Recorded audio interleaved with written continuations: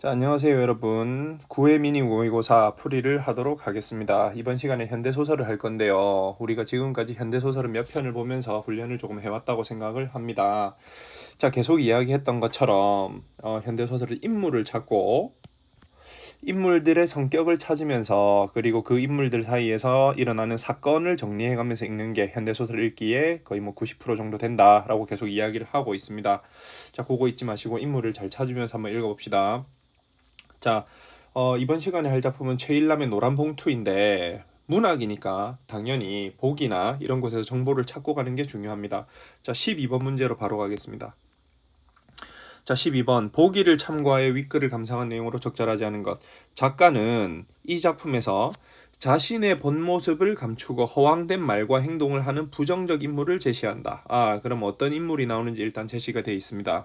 자, 이러한 인물의 속물적 면이 강화되는 과정을 제시함으로써 인간성이 상실된 세태와 물질주의적 가치관을 비판하고자 하였다라고 되어 있는데, 자, 속물적인 면이 강화되는 과정을 제시했다라고 하는 것에서 우리가 알 수 있는 거는 인물의 성격이 변화해 갈 거라는 걸 알 수가 있습니다. 우리는 소설에서 인물의 성격이 고정되어 있지 않고 변화해 가는 인물을 입체적 인물이라고 이야기를 하는데, 입체적 인물, 자, 우리가 보게 될 최일남의 노란 봉투에는 입체적 인물이 나타나 있다. 이렇게 정리를 할 수가 있을 것 같습니다.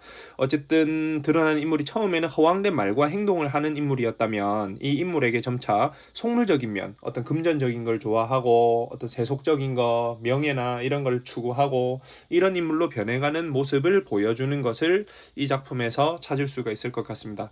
자, 근데 그러한 모습이 긍정적인 면이 아니라 인간성이 상실된 세태, 인간성이 상실된 모습과 물질주의적 가치관, 이런 것에 대한 비판을 담고 있다. 이렇게 정리를 할 수가 있을 것 같고요. 자, 지문으로 돌아가겠습니다. 나머지 문제에서는 사실 특별히 힌트를 얻을 수 있는 게 없는 것 같으니까. 자, 읽어서 알겠지만 이 소설에는 두 명의 인물이 제시가 됩니다. 첫 번째 인물은 광순이고요. 두 번째 인물은 기형입니다.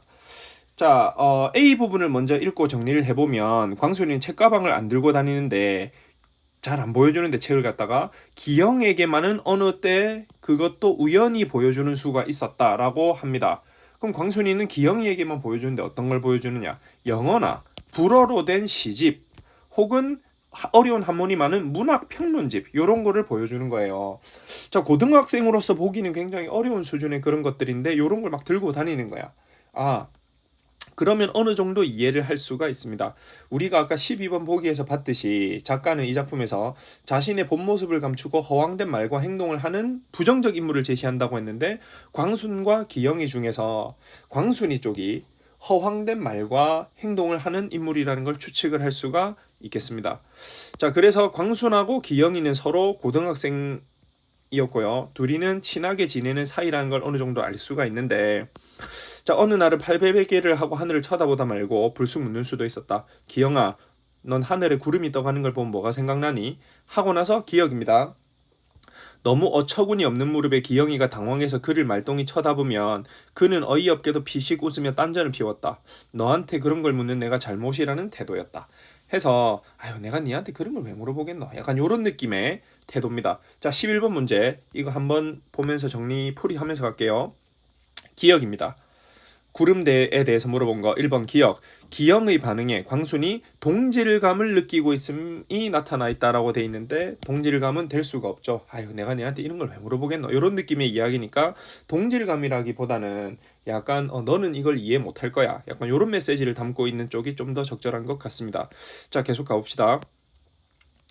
자, 근데 이 광순이의 집이 잘 살았는데 기영이를 광순이의 집으로 데려갑니다. 데려가서 니은 읽어보면 그때까지 아무도 그의 집을 가보았다는 사람이 없고 보면 그가 기영이를 자기 집까지 끌고 간 것은 조그만 사건이라면 사건이었다. 광순이는 아무도 자기 집에 데려가지 않았는데 기영이는 데려갔대요. 그럼 기영이는 다른 친구들과는, 광순이 입장에서 기영이는 다른 친구들과는 조금 다른 의미를 지닌 친구이다, 이렇게 생각을 해볼 수가 있겠죠. 자, 11번에 가겠습니다. 니은. 광순이 기영을 여느 친구들과 다르게 대하고 있음이 드러나 있다. 요거는 괜찮습니다. 일단 괜찮으니까 세모 치고 갈게요. 자, 계속 가보겠습니다. 자, 어쨌든 광순의 아버지에 대한 이야기가 제시가 돼 있는데 일제시대 때 굉장히 동경 유학도 하고 잘 나가는 사람이었다. 자, 그래서 광순의 집을 가봤더니 광순의 아버지가 썼다는 돌아가셨는데 광순의 아버지가 썼다는 책이라든가 이런 거 서재가 있었던 거예요. 자, 디귿. 광순이는 특별히 서재에 안내해주겠다는 표정을 감추고 극히 천연스럽게 아무렇지 않게 그 방으로 기영이를 데리고 들어갔다. 자, 여기에서는 이 광순이가 아버지에 대한 자랑을 하고 싶었다는 그런 느낌이 나죠. 근데 자랑하고 싶었다는 걸 티내고 싶지 않으니까 그냥 모르는 척하고 아무렇지 않게 기영이를 데리고 들어갔습니다. 자, 다시 11번 문제로 갈게요. 자, 디귿. 아버지의 영향력을 감추고 싶어하는 광순의 심리가 드러나 있다. 아버지의 영향을 감추고 싶어하는 게 아니라 자랑하고 싶어하는 거죠. 우리 아버지 이 정도 되는 사람이었어 라고 하면서 티는 내지 않지만 광순에게 보여주고 싶어 그 기영이에게 보여주고 싶어서 광순이 지금 아버지의 방으로 데려갔습니다. 자, 그렇게 해서 광순의 집에 가서 아버지의 방을 봤다는 거에서 중략 줄거리 앞부분에서 끝나는데 저는 요까지를 크게 사건 1번으로 정리를 해보았습니다. 이 작품은 우리 12번 보기에 제시되어 있는 것처럼 사건보다는 지금 인물의 성격이 굉장히 중요한 작품이기 때문에 사건은 크게 중략 앞과 중략 이후로 두 개로 나눴고요. 사건 1번은 고등학교 시절이라고 생각을 했어요. 자, 광수는 우리가 12번에 나와 있는 것처럼 본 모습을 감추고 허황된 말과 행동을 하는 인물이라고 정리를 했고 기영이는 사실 여기에서 보면 광순의 행동을 받아주는 그런 행동들을 다 받아주는 관찰자의 입장에 가깝다는 생각이 들었습니다. 그러니까 이 광순의 행동을 보고 있는 인물 그런 느낌이 들었어요. 자, 중략 줄거리부터 해서 중략 이후 부분으로 가겠습니다. 자, 동창회에서 자기소개를 꺼리던 광수는 얼마 후 자신이 다니지도 않는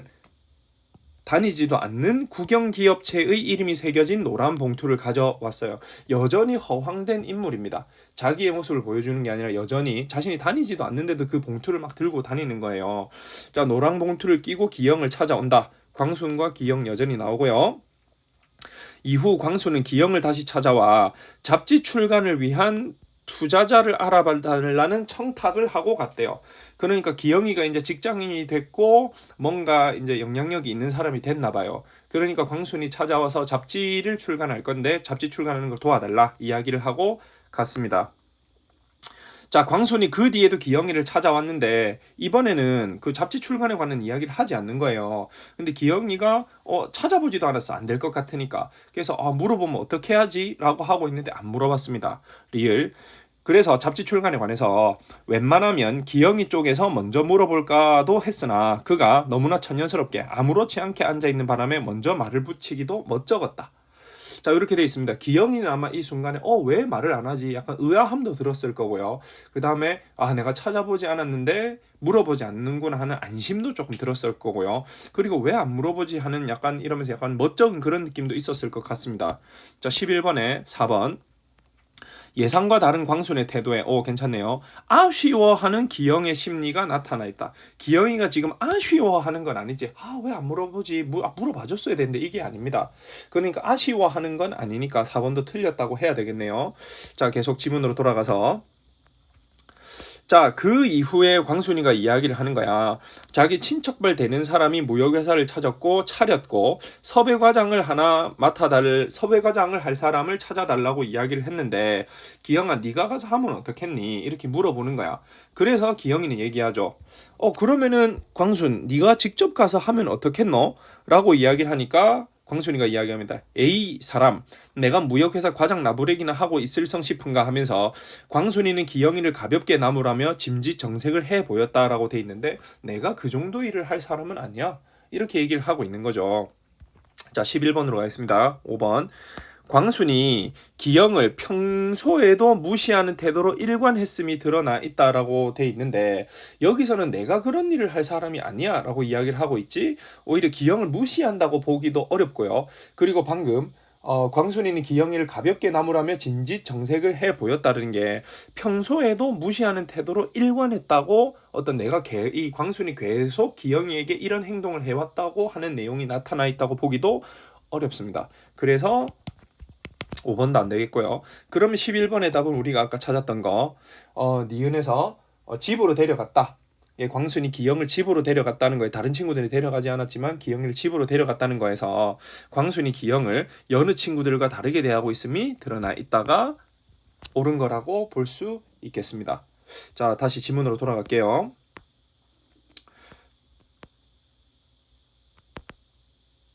자, 그리고 나서 이야기를 합니다. 그 광순이 기영이에게 출판사보다 나을 건데, 근데 여기에 들어가기 위해선 네가 돈을 좀 내야 돼. 미천이 좀 들어가야지 여기에 들어갈 수 있다라고 이야기를 하는 거예요. 기영이는 그 말을 받고 충격을 받았습니다. 그 충격이 B에 상세하게 제시가 돼 있죠. 그냥 일을 하러 가라는 것도 아니고 돈을 써서 일을 하러 가야 된다. 뭐 세상 일이 그런 거다라고 하는 광순의 모습에서 기영이는 좀 안타까움 같은 걸 느꼈어요. 광순이는 옛날에는 안 그랬는데 좀 더 당당하고 뭐 오기 덩어리여야 했고, 그리고 사람들을 무시하고 웬만한 거 깔아뭉개고 그런 인물이었는데, 이제는 이런 인물이 어떤 돈에 대한 이야기, 우리 아까 12번 보기에서 읽었듯이 속물적인 면이 강화되는 모습을 보여준 거예요. 그러니까 기영이는 아마도 이거에 대해서 굉장히 안타까움, 슬픔, 실망감 요런 걸 느끼고 있지 않은가라고 정리를 할 수가 있겠습니다. 자, 여기까지가 지문이야. 별 내용이 없었어요. 자, 두 번째는 사건 2번은 졸업 후의 만남이라고 정리를 해봤는데, 자, 광순이는 계속 허황돼 있어. 자신이 다니지도 않는 회사의 봉투를 들고 다니고, 뭐 잡지를 출간한다고 투자자를 찾아달라고 했는데 까먹고 말도 안 하고, 그 다음에 뭐 회사를 차렸는데 믿을 수는 없죠. 회사를 차렸는데 어쩌고 이야기하는 부분을 봐서 여전히 허황된 인물이라고 할 수가 있는데, 그 회사를 들어가기 위해서는 미천이 들어가야 된다. 돈이 들어가야 된다.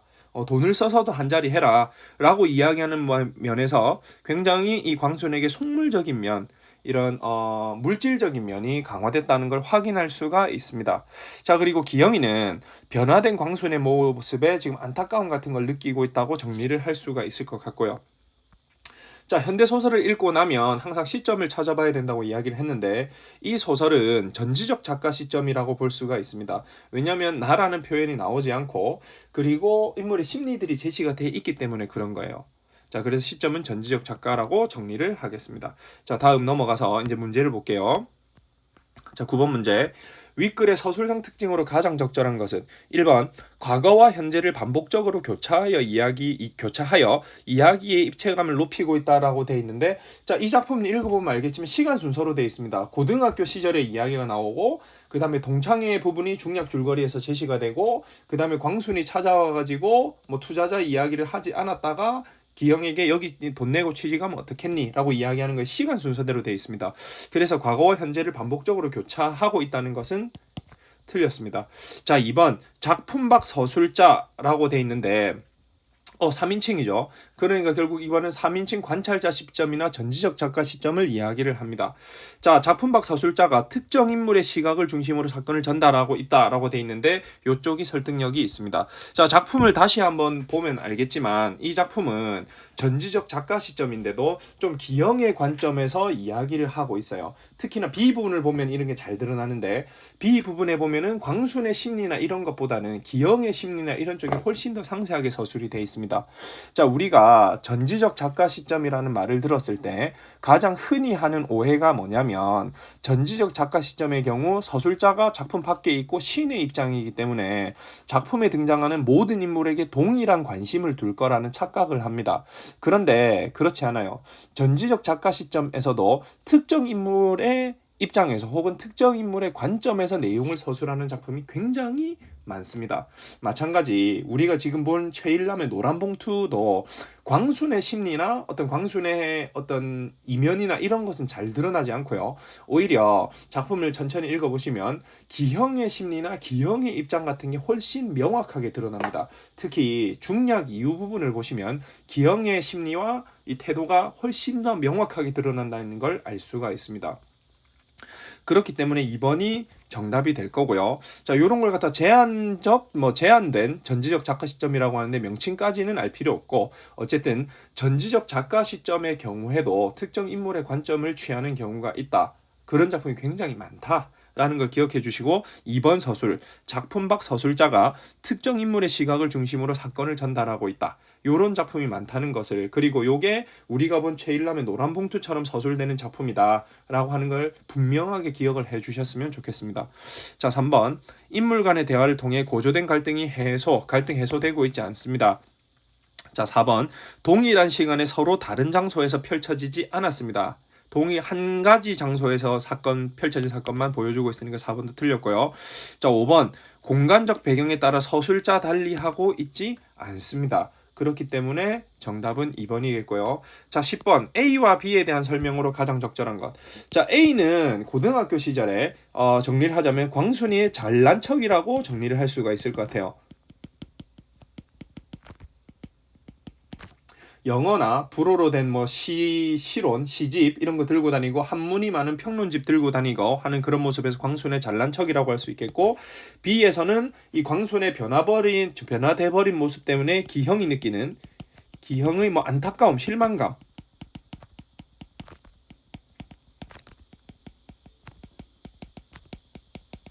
자, 이런 거라고 얘기를 할 수가 있을 것 같아요. 자, 1번 A와 달리 B에는 광순에 대한 기형의 실망감이 드러나 있다. 1번 괜찮고요. 2번 가보겠습니다. B와 달리 A에는 광순에 대한 기형의 연민 안 드러나 있습니다. A에는 광순의 잘난 척만 드러나 있습니다. 3번 A에서 발생한 광순의 문제가 B에서 해결되고 있지 않습니다. 틀렸고요. 기형은 A에 나타난 광순의 태도를 B에서 비난하고 있다. A에 나타난 광순의 태도를 비난하고 있는 게 아니라 광순이 변해버려서 어떤 세속적으로 변해버린 걸 비난하고 있죠. 그래서 A에 나타난 광순의 태도를 비난하고 있는 게 아니니까 4번도 틀렸습니다. 5번 기형은 A에서 광순에게 느낀 열등감을 B에서 다시 확인하고 있지 않습니다. 광순에 대한 안타까움을 느끼고 있다 그랬죠. 그래서 답이 될 수 있는 건 1번입니다. 자, 12번으로 가겠습니다. 자, 12번. 작가는 인물을 통해서 뭘 제시하고 있다. 자, 여기에 잘 보셔야 되는 게 속물적인 면이 강화되는 과정을 제시함으로써 인간성이 상실된 세태와 물질주의적 가치관을 비판하고 있다 그랬어요. 그러니까 허황된 인물이 속물적으로 변해가고 이걸 통해서 어떤 인간성이 상실된 모습을 보여준다. 이렇게 정리를 할 수가 있고요. 1번 노란 봉투를 통해 자신의 실체를 가장하는 광수는 속물적인 면을 지닌 부정적 인물이다. 그렇죠. 자신이 다니지도 않는 회사의 봉투를 들고 다닌다. 내가 그 회사에 다니는 것처럼 보이려고 하는 거, 속물적인 면이라고 할 수 있겠습니다. 2번 자, 광순이 동창회에서 자기소개를 꺼린 것은 자신의 본 모습을 감추려는 행동. 그렇게 생각할 수 있겠죠. 자, 3번 광순이 자신을 무역회사의 과장이나 할 사람이라고 말하는 것은 허황된 태도. 그렇게 볼 수 있겠지. 내가 그 정도밖에 안 되니? 라고 하는 것은 광순이 지금 보면 아무것도 없는 사람인 것 같잖아요. 그러니까 약간 허황된 태도라고 할 수 있겠고요. 4번 광순이 기영에게 돈으로 과장 자리를 사라고 제안하는 모습을 통해 물질주의적 가치관을 비판하고 있다. 그렇게 볼 수가 있죠. 광순의 속물적인 모습을 통해서 물질적인 가치관을 비판하고 있다. 이렇게 정리할 수가 있습니다. 그러니까 4번도 오케이고요. 5번 투자자를 구해달라는 광순의 청탁을 들어주지 않은 기형의 모습을 통해 에서 인간성이 상실된 세태를 보여주고 있다. 요거 틀렸죠. 왜? 보기에서는 뭐라고 이야기를 했느냐. 자, 이러한 인물의 속물적인 면이 강화되는 과정을 제시함으로써 요것을 통해서 인간성이 상실된 세태와 물질주의적 가치관을 비판하고자 했대요. 그 말은 무슨 말이냐면 쉽게 정리를 하면 광순을 통해서 어떤 인간성이 상실된 세태와 물질주의적 가치관을 비판하고자 하는 거지, 기형을 통해서 이런 것을 비판하고자 하는 게 아니란 이야기입니다.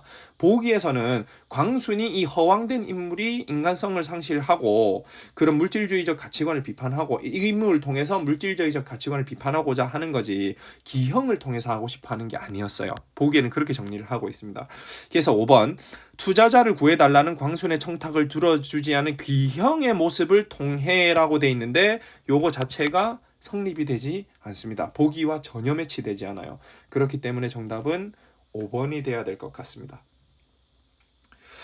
자, 다시 이야기하지만 문학은 보기의 내용을 잘 정리하고 그 다음에 그 내용을 바탕으로 소설은 인물의 정보를 정리하면서 어떤 사건이 있는가만 잘 정리해서 읽으시면 문제는 어렵지 않게 풀리게 돼 있습니다.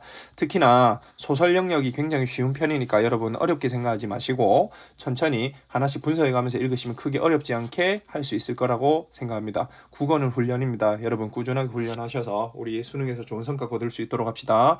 자, 방학 열심히 보내세요. 이상입니다.